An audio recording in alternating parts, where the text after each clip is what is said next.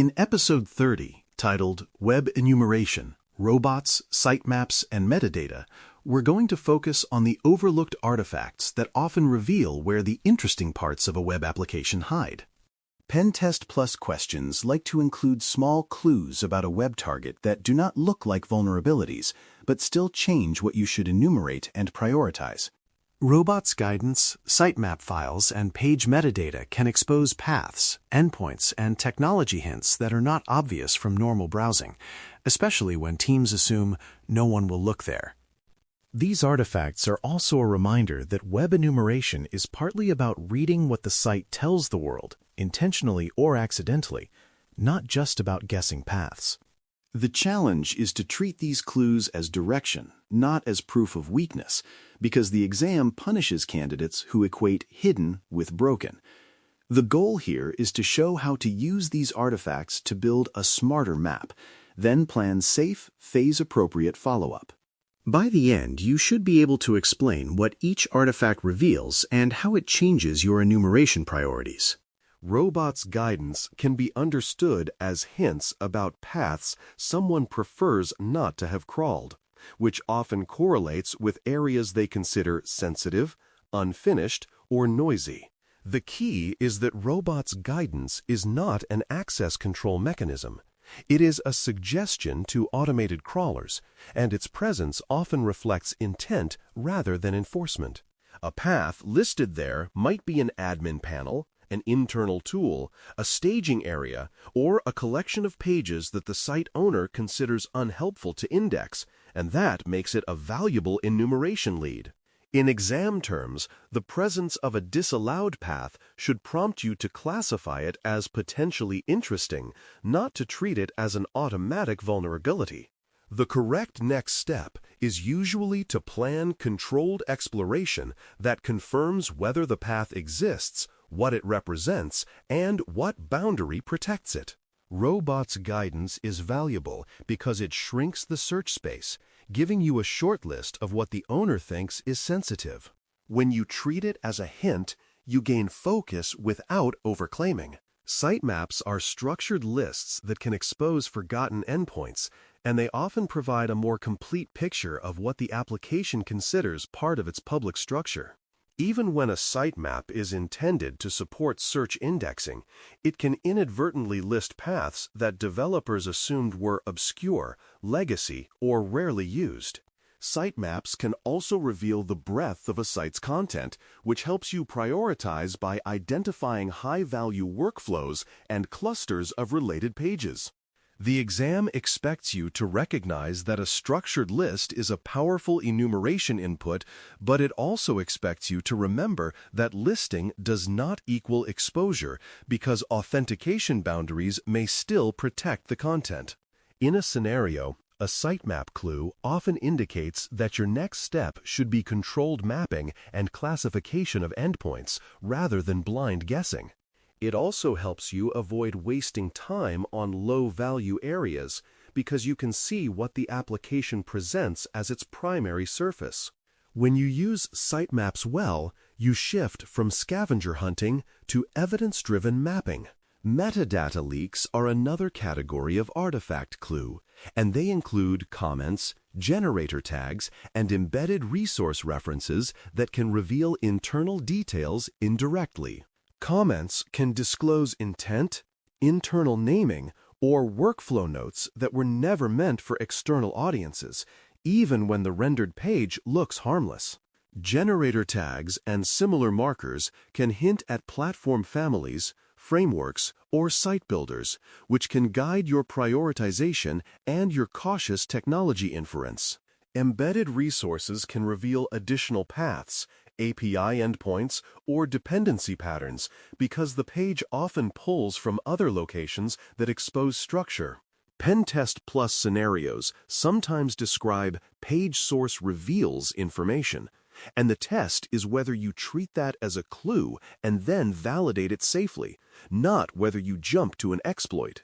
Metadata is also an area where staleness can appear, because old comments and artifacts can persist after the site changes, creating both risk and confusion. When you interpret metadata as a collection of hints, you can build a richer map with minimal disturbance. Cached pages and archived copies can reveal older exposed content, which is significant because exposures sometimes persist in history even after the live site changes. The key exam concept is that removing a page today does not always erase it from external visibility immediately, because caches and archives can preserve older content and older paths. This matters because older content might include endpoints, references, or policy details that reveal how the site evolved and what might still exist behind the scenes. It also matters because an organization may believe a problem is fixed when the live site is updated, while copies remain accessible elsewhere, creating residual risk. In professional reasoning, cached content should be treated as historical evidence that can guide hypotheses, not as a guarantee that the current production site behaves the same way. Pen Test Plus questions may use this as a twist, where an older reference suggests a hidden endpoint that still exists, or an exposure pattern that may still be relevant. When you can explain how archives inform hypotheses, you demonstrate mature external surface thinking. File listings and backups are another artifact concept that raises risk, because they can expose content that was never intended for public consumption. File listings can reveal directory structures, file names, and sometimes contents, which can accelerate an attacker's understanding even without a direct vulnerability in the application logic. Backups can expose older versions of code, configuration, or data, which can include secrets, internal paths, or functionality that was removed from the current version. The exam does not need you to enumerate exact file listing methods, but it expects you to understand the risk. Accidental exposure of internal artifacts reduces attacker effort and increases likelihood of compromise. The professional response is to treat such exposure as sensitive, collect minimal evidence, and recommend removing exposure and improving handling practices. It is also a reminder that enumeration is not just about finding features, it is about finding where the organization's operational hygiene leaks details. When you can connect listings and backups to risk outcomes, you can prioritize remediation and safe reporting. A common pitfall is assuming that hidden paths equal vulnerabilities without validation, and this pitfall is especially tempting with robots and sitemaps because the site is telling you where to look. Hidden does not mean broken. It often means not meant to be indexed, which can still be properly protected by authentication and authorization. Another pitfall is treating metadata technology hints as proof, which can lead you to chase platform-specific assumptions that are wrong because of proxies or mixed stacks. There is also the pitfall of collecting too much content, especially when artifacts might include sensitive information, which can create unnecessary evidence handling risk. Pen Test Plus often include an option that assumes discovery equals exploitation, and that option is usually wrong because it skips phase discipline. The correct approach is to classify artifacts as leads, then validate carefully and responsibly under scope and safety constraints. When you remember this, artifact clues become a planning advantage rather than a trap. Now imagine a scenario where you find a disallowed path and need to plan safe exploration, because this is a typical exam pattern. You observe that Robot's guidance discourages indexing of a path that looks like it might relate to administrative functionality or account management. The professional next step is to confirm whether the path exists and what kind of boundary it enforces, using a controlled, low-impact approach that respects production sensitivity and rules of engagement. You record what you saw, including that the path was suggested by an artifact and that the discovery is a lead rather than a confirmed weakness. You then classify the path based on function, such as whether it appears to be an admin surface, an internal tool, or an environment route, and you prioritize it accordingly. If the path appears sensitive, you may also consider whether escalation is required before deeper enumeration, especially if it touches critical workflows. The exam tends to reward this cautious planning approach because it demonstrates disciplined enumeration rather than impulsive probing. Quick wins in this area come from prioritizing endpoints tied to accounts, payments, or administrative actions, because these areas concentrate both identity and business impact. Account workflows often reveal authentication and authorization boundaries, and they frequently contain sensitive operations like password changes, profile updates, or access to personal records. Payment workflows are high impact because they touch money and trust, and they often involve third-party integrations and strict compliance expectations. Administrative workflows are high impact because they can change system state, manage users, or access sensitive data, making them high-value paths to classify and validate carefully. The exam often rewards focusing on these areas because it reflects value-based prioritization rather than curiosity-based crawling. Artifact clues help you find these areas faster, but the same discipline still applies. Existence and hints do not equal exposure or vulnerability. When you prioritize high-impact workflows, you make enumeration more meaningful with less noise. Documenting sources is important because artifacts can be questioned later, and a defensible report needs to state what you saw and why it matters without overclaiming. You should record which artifact led you to the path, such as robots guidance, a sitemap list, or a metadata clue, because that explains how the path was discovered. You should also record what you observed about the path, such as whether it exists, whether it redirects, what boundary behavior it shows, and what information it appears to leak, without copying unnecessary sensitive content. Documentation should separate confirmed observations from inferred meaning, because disallowed is not the same as exposed, and listed is not the same as accessible. This source discipline also helps you prioritize, because paths discovered through multiple independent artifacts become higher confidence leads. On exam-style reasoning, documenting sources and confidence is often the difference between a mature and an immature approach. When your documentation is clean, your next steps become easier to justify. Metadata clues can also be connected to likely technologies, but that connection should be cautious and treated as guidance rather than a certainty. A generator tag or a consistent header pattern can suggest a platform family, but intermediaries and configuration choices can obscure or spoof these indicators. Embedded resource paths can suggest frameworks or service architectures, but they may reflect the edge layer rather than the backend. The professional move is to use these hints to prioritize what to validate, not to jump to a specific exploit path. Pen Test Plus questions often punish overconfidence here by offering an answer that assumes a certain technology vulnerability solely from a superficial clue.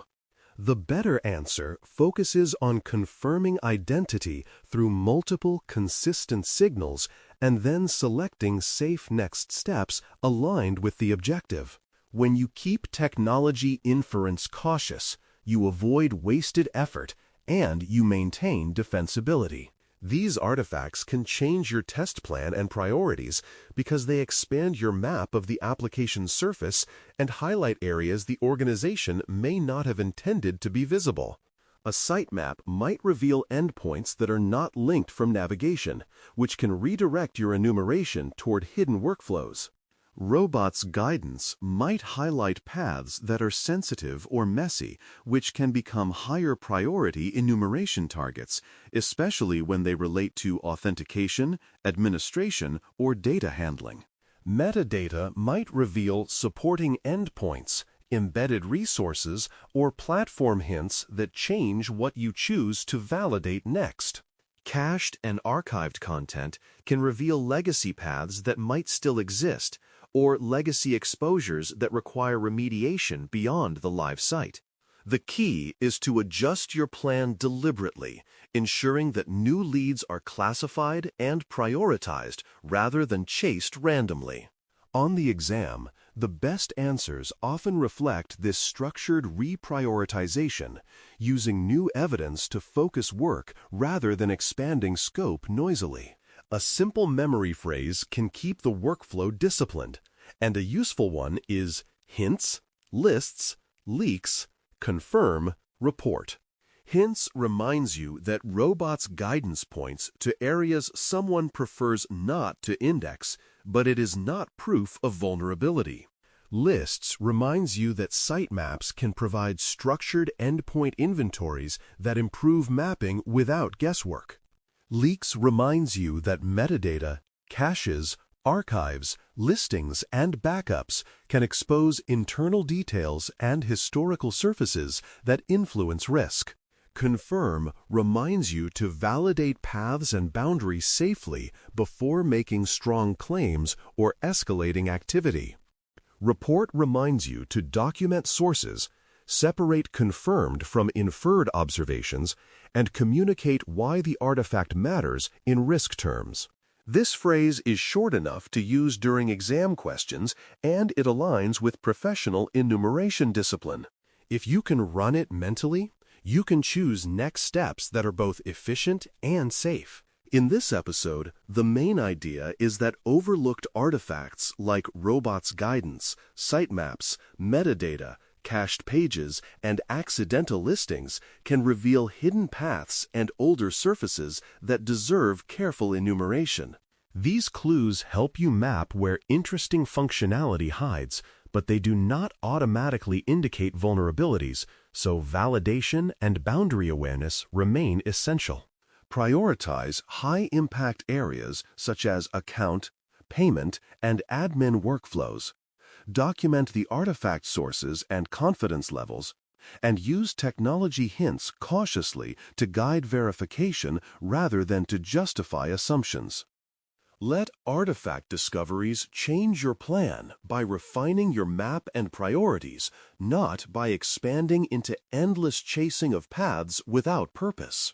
Now, recall 3 common hidden path names in your head and classify which one would be highest priority to validate in a typical app, because that mental rehearsal builds the recognition speed the exam rewards. When you can do that calmly, artifact-based web enumeration becomes a structured advantage rather than a distracting rabbit hole. Thanks for listening. For more audio courses, daily newsletters, and more, please visit DailyCyber.News.